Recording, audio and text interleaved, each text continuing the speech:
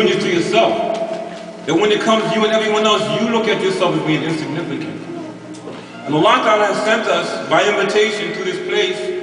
He has also given us instruction, and we have been following those instructions from the day we were born in this world, and we've been taught those instructions. Allah Ta'ala has given us huquq al-ibad. The believers have rights and obligations and duties to one another. From the time we were able to learn our deen and take dars from our teachers, our Ustadh, and the ulama who guided us, we learned what our rights and duties were. What is the right of the junior toward the senior? What is the right of the elder? What is the right of the student to the teacher and the teacher to the student? We've learned these things. But how often have we thought about Hunafa al-Mu'mineen, the right of Al-Nabi Sallallahu Alaihi Wasallam above and over us? That our beloved Habib Sallallahu Alaihi Wasallam, he has rights over us.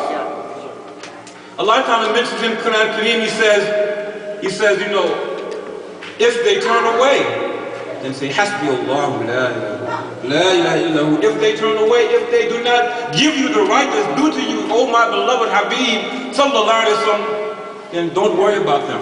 Say, Allah is enough for me. Hasbunallah wa ni'mal wakeel, ni'mal mawla wa ni'mal nasir. He is the best of providers and the best of those who can help me. See, Allah Ta'ala, He's telling us about the beloved Habib Sallallahu Alaihi Wasallam, who came as a liberator. He came and liberated us from ignorance. He came as Nur al-Huda wa Nur al-Ida. He came as a light of guidance as well as a light of clarification.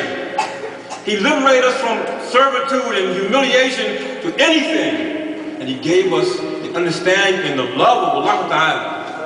Allah Ta'ala is alluding to the fact that His beloved Habib Sallallahu Alaihi Wasallam has rights over us. How often do we think about the right when we go to visit someone's house? We know the adab of the guest or the host. My guest is supposed to make sure I have this, that, and this. But do we think about our duty to the guest, to the host who's hosting us? We think about the adab of the student and the teacher, the talib and the shaykh, the murid and the murshid. That the hand that's giving is trusting. That when we put our hand in the hand of our Ustadh, our teacher, and we're learning Quran Kareem from him, or we're learning our Aqidah from him, we trust that He's giving us the correct guidance. And we don't question His authority. Why? Because we know, because we feel it. We feel it here. And we have the proper adab. Even if we don't know it, it comes out naturally when we see someone that we love. What about the right again of our beloved Habib Sayyidina wa Mawlana Muhammad Sallallahu Alaihi Wasallam? There are certain rights He has over and above the rights that we give Him Sallallahu Alaihi Wasallam. Amongst those rights is the fact that we have to hear and obey. Allah Ta'ala says in Quran Kareem, He says, tell them, Ya Habib Sallallahu Alaihi Wasallam, وَقَالُوا سَمِعْنَا وَأَطَعْنَا. And tell them, say, we hear and we obey. We obey Ya Habib, Ya Rasulullah Sallallahu Alaihi Wasallam. First duty, first right our beloved Habib Sallallahu Alaihi Wasallam has over is that we must obey him. But first of all, we must hear him. وَقَالُوا سَمِعْنَا. Hear first. Be attentive. Don't raise your voice above the voice of your beloved Habib Sallallahu Alaihi Wasallam. Listen to him attentively. And we look at and we see how Ashab al-Kiram, radiallahu anhum ajma'een, how when they were in Majlis with our beloved Habib Sallallahu Alaihi Wasallam, they would sit in such a manner, with such honor and such reverence, that their whole bodies would turn in the direction of our beloved Habib Sallallahu Alaihi Wasallam. They wouldn't just turn their head towards him, they would turn their whole being, their whole body towards the beloved of Allah Ta'ala, Sayyidina wa Mawlana Muhammad and address him. Where did they learn this ikhwan? They learn this from their master, our beloved Habib Sallallahu Alaihi Wasallam, who would never just look at someone. If someone were to come and say, Ya Rasulullah, and they were on his right side, he would turn to the right side and look at them. And if they were on the left side, he would turn to the left side and look at them and give them his fullest attention. So we learn this adab, that when we're sitting with our teachers, and even if it's a big, long majlis, a long room, we turn our bodies toward our teacher. We don't just turn our head. It's bad adab. You're sitting in front of your teacher and you're sitting on the wall, you're not looking at you, bad at that. The right, first of all, is to be attentive to your beloved Habib Sallallahu Alaihi Wasallam, so that you can obey the command that comes from him Sallallahu Alaihi Wasallam. وَقَالُوا سَمِعْنَا وَأَطَعْنَا غُفْرَانَكَ رَبَّنَا وَإِلَيْكَ الْمَصِيرُ. Why must you obey him? Because Allah Ta'ala will call you to account on Yawm al-Qiyamah. That your ultimate destination is to your Rabb, Rabb al-Izzah. Allah Ta'ala will ask you, how did you deal with my beloved Habib Sallallahu Alaihi Wasallam? Were you disrespecting him? Were you attentive to his command? There were two scholars. They were debating. One was the lover of Sayyidina Mawlana Muhammad Sallallahu Alaihi Wasallam, and another did not understand the essence of love. And they came together because the debate was, is Nabi Sallallahu Alaihi Wasallam al-Kamil insan? Is he perfect in every way?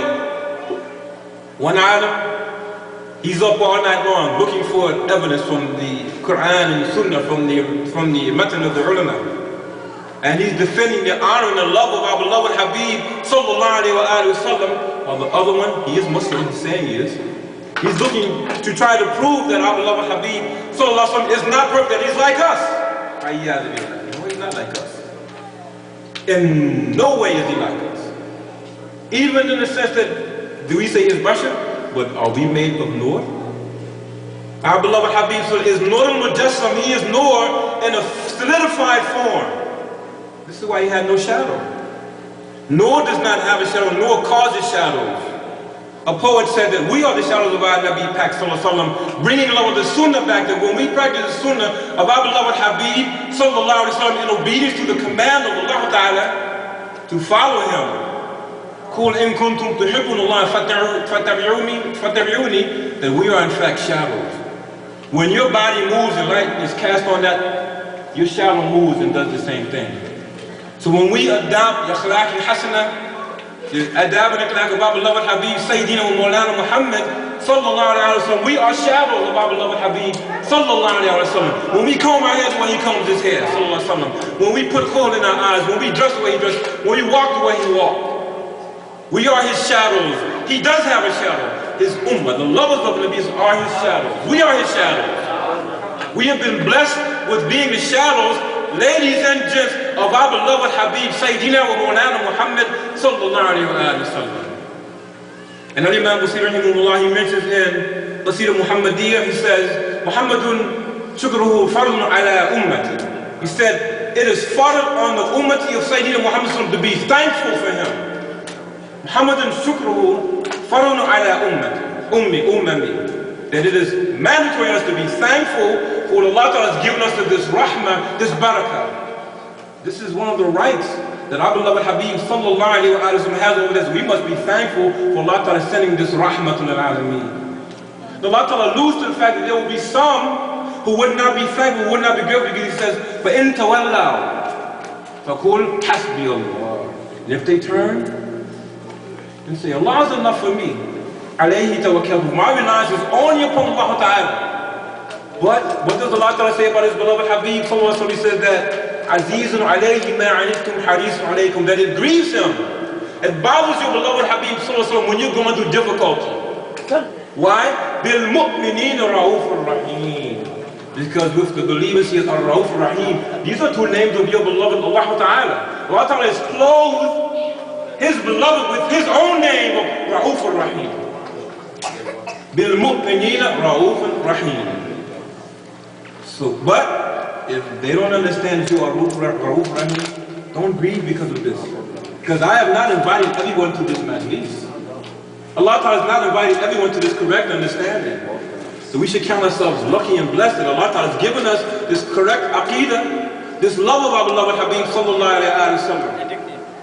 Second, it is the right of our beloved Habib Sallallahu Alaihi Wasallam that we defend his honor.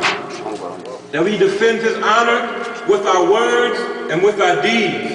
This is the right of our beloved Habib Sallallahu Alaihi Wasallam upon us. How often do we defend the honor of our beloved Habib Sallallahu Alaihi Wasallam because we feel afraid?